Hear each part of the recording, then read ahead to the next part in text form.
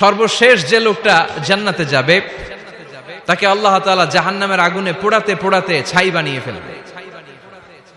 আল্লাহ বলবেন, জিব্রাইল যাও একটু দেখো, একটা মাত্র সেজদা দিয়েছে আমাকে, এরকম কাউরে পাওয়া যায় কিনা। বাটি চালান দিয়ে দেখো পাওয়া যায় কিনা। খুঁজে খুঁজে কাউরে পাবে না। আল্লাহ বললেন আবার দেখো, খুঁজে খুঁজে একজনকে পাবে, সামান্য ইমানের ছিটে ফোঁটা তার অন্তরে ছিল। আল্লাহ বলবেন যেহেতু ছিটে ফোঁটা আছে, অনেক মায়ের খাইছে, ওকে বের করে জাহান্নাম থেকে বের করে একটা নির্ধারিত দূরত্বে রেখে দাও। রেখে দেয়া হবে, কিন্তু জাহান্নামের আগুনের লেলিহান শিখাতে তার গা ঝলসে যাবে। সে আল্লাহর ডেকে বলবে, মাবুদ তোমার কাছে আমি কিছু চাই না,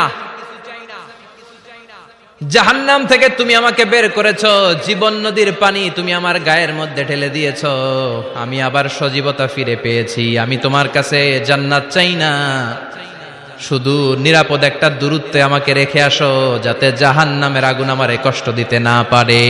আল্লাহ আমি কিন্তু তোমার কাছে জান্নাত চাই না। কি চাই না? জান্নাত চাই না, কিন্তু জাহান্নামের আগুন আমারে কষ্ট দিচ্ছে, এতটা দূরত্বে রাখো যাতে জাহান্নামের আগুন আমার গায়ে না লাগে। আল্লাহ বললেন ওকে রাখবো, কিন্তু আমার সাথে একটা কন্ট্রাক্টে যেতে হবে, যে এটা তোমাকে দিলে তুমি আর নতুন করে কিছু চাবা না। সে বলবে আমি রাজি, কন্ট্রাক্ট হয়ে যাবে।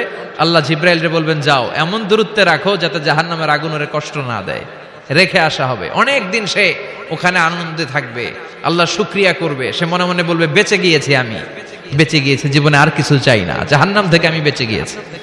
অনেকদিন থাকার পরে মনে মনে ভাববে বাইসা তো গেছি, কিন্তু নতুন করে একটু ট্রাই করে দেখি, জাহান্নামের সৌন্দর্যের দৃশ্য একটু চোখ দিয়ে অবলোকন করা যায় কিনা। সে আল্লাহরে ডেকে বলবে আল্লাহ ইনদি সুআল, আমার একটা ফরিয়াদ আছে। কি ফরিয়াদ?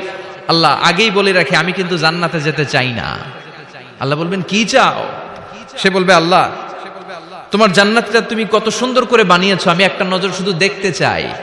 জান্নাতের দরজার সামনে নিয়ে যদি আমারে বসিয়ে রাখো, দ্যাটস ইনাফ, আর কিছু চাই না, শুধু জান্নাতের দরজার সামনে। আল্লাহ বললেন তুই না ওয়াদা করেছিস, তুই না চুক্তি করেছিস? সে বলবে